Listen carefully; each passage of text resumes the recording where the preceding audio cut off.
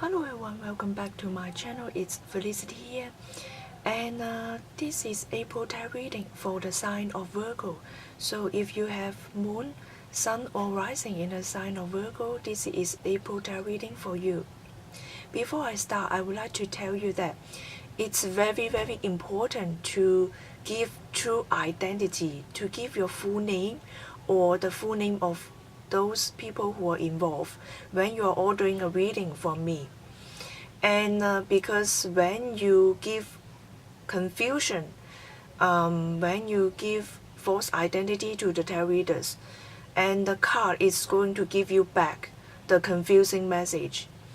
And also it's very important to take responsibility for yourself, because sometimes when things happen or illusions comes to test us, and oftentimes you will think that it's the other people that are doing this to you. No, it's yourself doing this to yourself, and then you are in this situation of fear.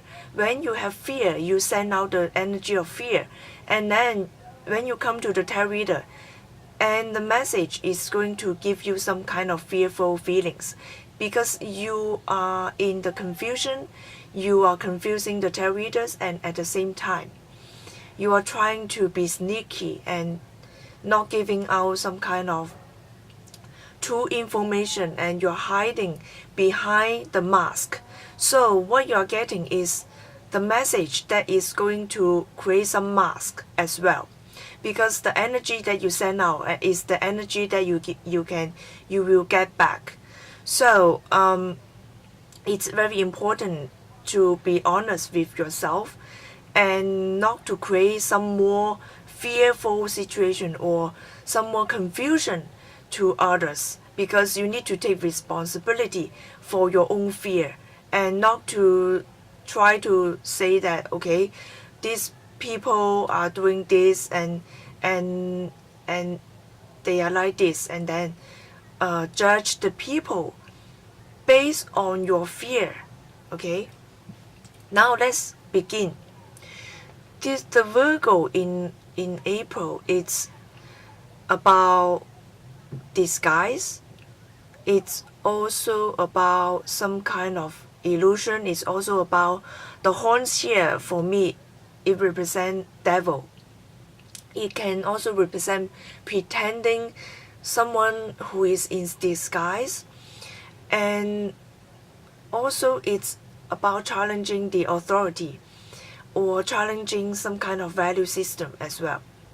The Hierophant represent the authority, teaching your philosophy of life, and it's also about legal binding. So maybe you are in fear, and then you put on the costume of devil, or you are being tested by some kind of energy. So maybe you put yourself in the dark side, or maybe someone is pretending to be the devil in order to scare you. So you really have to evaluate the situation and also understand what you have. This back here is the valuable things that you have here, and then try to come up with your own true self identity, and then take off this kind of costume, because I see that someone or you is wearing a costume here, pretending to be something that you are not. So try to evaluate the situation, try to pay attention to what you have here, and also try to look at what you're holding on to. Are you seeing the truth, or are you seeing some kind of illusion? Are you trying to play the role that you should not be playing? And so try to take off this kind of costume and come out of the blue. And also it's about some people are going to be challenged if you're in a status, in certain social status, you'll be challenged by some kind of illusion, by some kind of pretending disguise. So it's about looking at what you have, and also about your own social status. And it's also about staying true to yourself and purifying period for yourself, because when the devil comes to challenge you, to make you feel fearful, it's also about tapping into our own inner self, to tap into the pure essence of ourselves, in order to come out of the blur, in order to learn the lesson, to gain something that is very valuable for our own future. It's also about taking a look at our own status as well, and see how to eliminate any kind of illusion, eliminate any kind of temptation, eliminate any kind of what is not true to ourselves, to give up what is not true to ourselves. And so after that, you will be able to defend yourself, because it seems that something that needs to give up, something that is expired. Because I see that here, this kind of thing is here for defense, right? And maybe sometimes what we hold on to is no longer helping us to defend ourselves. Or do we really need to defend ourselves when our own essence is pure, or our own intention is pure? Do we really need to defend ourselves? Or maybe some kind of valuable things that we hold on to, the valuable system, the belief system that we hold on to, it's fading out. Because this flower, this daisy here is fading, is withering. So maybe it's time to look at whether we should change our belief system, or whether we should change what we defend of. Maybe what we have been defending is already fading, already expired. So we have to give up what we hold on to, or we have to change our belief system. Or something is going to challenge us. Do we really need to defend ourselves? Maybe we don't really need to defend ourselves.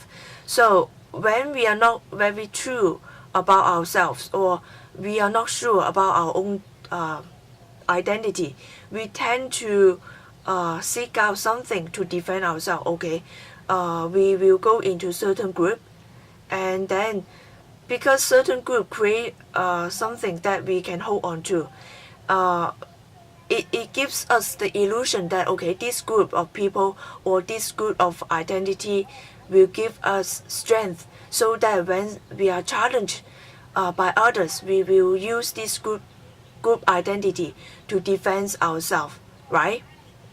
So people stick to religion, stick to certain type of trend, stick to fashion trend, or stick to certain group, organization.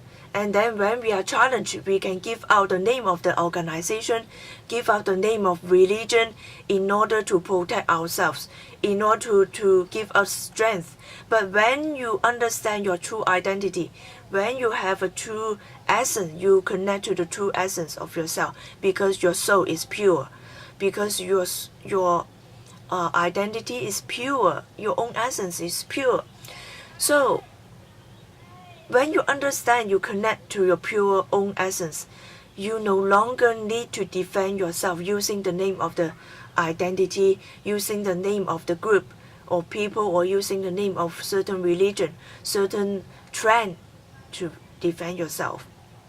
So you will be challenged, because what you are holding on to, trying to seek strength, it's fading away. So maybe you look back and see what is fading away. Your belief system, your true identity will change. And now this card is about upside down. Turn what should be upside, turn it down.